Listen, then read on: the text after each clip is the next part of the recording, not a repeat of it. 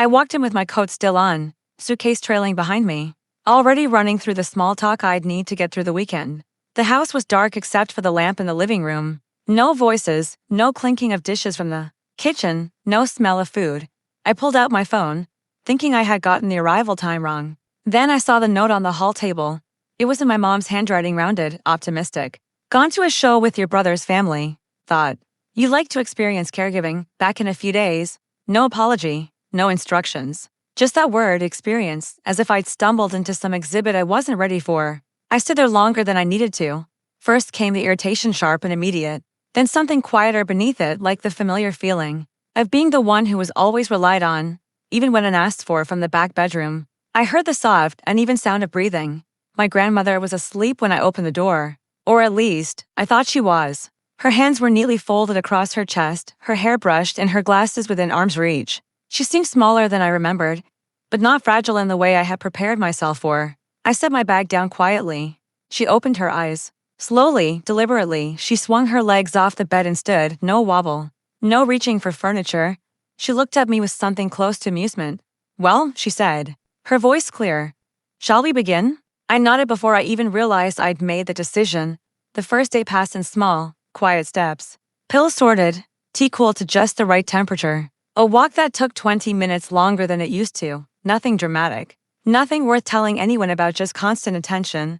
Unglamorous and uncelebrated. I kept waiting for resentment to show up, but it didn't. It came in waves instead, rising and falling with the routine. Every time I thought to myself, they left this to me, my grandmother would subtly redirect me. She'd ask about the weather, correct how I was holding her arm, remind me that the soup needed salt. She never thanked me. She just assumed I was there, like gravity, always present without the need to notice. That night, I slept on the couch. The house creaked the same way it always did, but now every little sound felt like something I had to understand.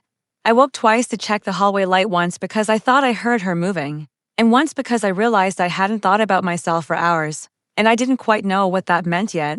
The second day, she shared stories I hadn't heard before, not the sentimental kind, but practical ones.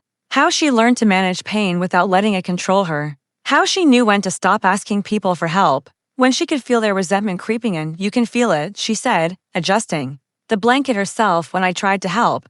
People think love makes them generous. It doesn't. Choice does. By the third day, I had found a rhythm. It wasn't easy, but it worked. I knew which mornings were slower, which afternoons she preferred to spend in silence. I knew when to step in and when to give her space. That's when the nurse arrived. She introduced herself calmly, professionally, clipboard tucked against her side. She asked my grandmother questions first, then turned to me. How long have you been providing care? She asked. I hesitated. 3 days didn't sound like much. She watched me wait, then wrote something down anyway. The visit was brief, but it changed something in the house. What I was doing now had a name, parameters, standards. It wasn't just an experience anymore. It was labor, and someone outside the family had recognized it as such before she left. The nurse asked who was coordinating the ongoing care. I gave my parents' names. My grandmother corrected me gently. No, she said, they visit, this one stays. The nurse nodded and wrote that down too. When my parents came home that evening, they were cheerful, tired in the pleasant way you were after a trip. They thanked me, casually said I was good at this. I didn't argue. I didn't raise my voice. I handed them the folder the nurse had left: schedules, recommendations, next steps, names, and numbers. This is what caregiving looks like, I said. If you want me involved, this is how it happens. They read through the papers more slowly than I thought they would. No one apologized. No one needed to. Something had shifted, not emotionally, but structurally. The old assumption that I would just absorb whatever was left behind no longer held. At night, my grandmother squeezed my hand before bed. You did fine, she said. Like it was a conclusion, not praise. When I left the next morning, I was exhausted, but it was the kind of tired that felt clean. I hadn't found sainthood or discovered some hidden sacrifice. What I found was my own capacity and its limits.